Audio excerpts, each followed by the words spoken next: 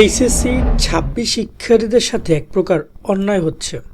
কেন অন্যায় করা হচ্ছে শিক্ষার্থীরা অনেকে বুঝতেছো না। আমি আজকে বলবো তোমাদের ফর্ম ফিল আপের গুরুত্বপূর্ণ কয়েকটা পয়েন্ট নিয়ে। আগামী ১ তারিখ থেকে তোমাদের ফর্ম ফিল আপ কার্যক্রম শুরু করা হবে, ৯ তারিখ পর্যন্ত চলবে। গত বছরে যে আমাদের ফর্ম ফিল আপ সেখানেও আমরা দেখিয়ে দিব যে আসলে তোমাদের সাথে এখানে কেন অন্যায় হচ্ছে, কীভাবে আসলে আমরা এই জিনিসগুলো নিয়ে আলোচনা করছি।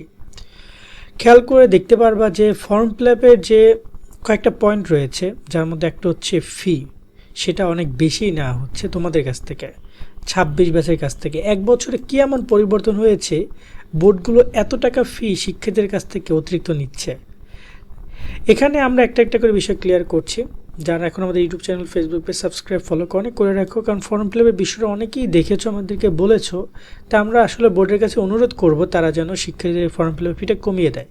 ২০২৫-এর ফর্ম ফিল আপের বিজ্ঞপ্তিটাও আমাদের কাছে আছে, তুলনা করব আমরা।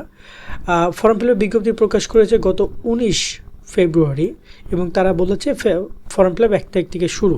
এবং আমরা যদি একটু নিচের দিকে যাই, ফর্ম ফিল আপের ফি নির্ধারণ করা হয়েছে এবং যেটা নির্ধারণ করেছে সেটা কিন্তু কলেজ কর্তৃপক্ষ নিবে না, বরাবরই তারা অনেক বাড়াইয়া নিবে। আবার বোর্ডও এখন বাড়িয়ে দিয়েছে।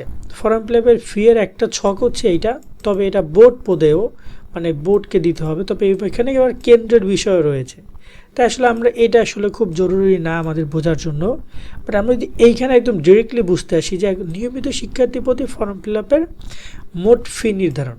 এইচএসসি ২৬ শিক্ষার্থী নাইট 24 পাবলিকেশনের বাংলা এ প্লাস, ইংরেজি এ প্লাস এবং আইসিটি ম্যাজিক, এই 3টে বই তোমাকে পরীক্ষায় ভালো রেজাল্ট এনে দিবে। প্রত্যেকটা বই রকমারির বেস্ট সেলার।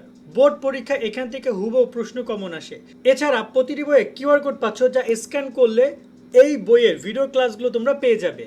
বাংলা বইয়ে বাংলা প্রথম পত্র, দ্বিতীয় পত্র, ব্যাকরণ সহ সবকিছু সুন্দরভাবে ব্যাখ্যা এবং পর্যাপ্ত সৃজনশীল এমসিকিউ প্রশ্ন রয়েছে। তো সিন, রাইটিং, গ্রামার সবকিছুর অনুবাদ এবং সুন্দরভাবে লেখার নিয়ম কৌশল সবকিছু রয়েছে। আইসিটি ম্যাজিকে টপিক ভিত্তিক প্রশ্ন, পর্যাপ্ত সৃজনশীল এমসিকিউ রয়েছে। আজকেই তোমরা বইগুলো অর্ডার করতে নাইট 24 পাবলিকেশন অথবা স্ক্রিনে দেওয়া নাম্বার অথবা রকমারির ওয়েবসাইটে যোগাযোগ করো। এখানে বোর্ডকে দিতে হবে ২১৪০ টাকা এবং কেন্দ্র ফিসও দিতে হবে ৮৫৫ টাকা। টোটাল প্রায় ৩০০০ টাকা দিতে হবে বিজ্ঞান বিভাগের একজন শিক্ষার্থীদেরকে, মানবিকের ২৪৩৫ টাকা এবং ব্যবসার ২৪৩৫ টাকা করে দিতে হবে। এর সাথেও আরও ১৪০ টাকা অতিরিক্ত দিতে হবে যদি তাদের আরও কোনো প্রকার প্র্যাকটিক্যাল মানে ব্যবহারিক থাকে, তাহলে তাদেরকে সেখানে ১৪০ টাকা ফি দিতে হবে।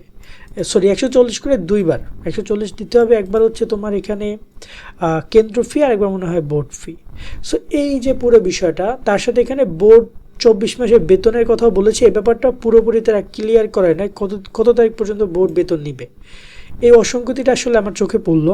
যদি আমরা এখানে দেখি গত ২৫-এ ফর্ম ফিল আপ, এই যেটা ১৯/২/২৫ তারিখে প্রকাশ করেছিল, মানে ঠিক গত বছরে এই একই সময় তারা এই নোটিশটা দিয়েছিল। এবং এখানে আমরা দেখতে পাই এখানে কিন্তু পরীক্ষা কবে শুরু হবে সেটা জানিয়েছিল, কিন্তু ২৬ সালে সেটা কিন্তু তারা জানায় নাই।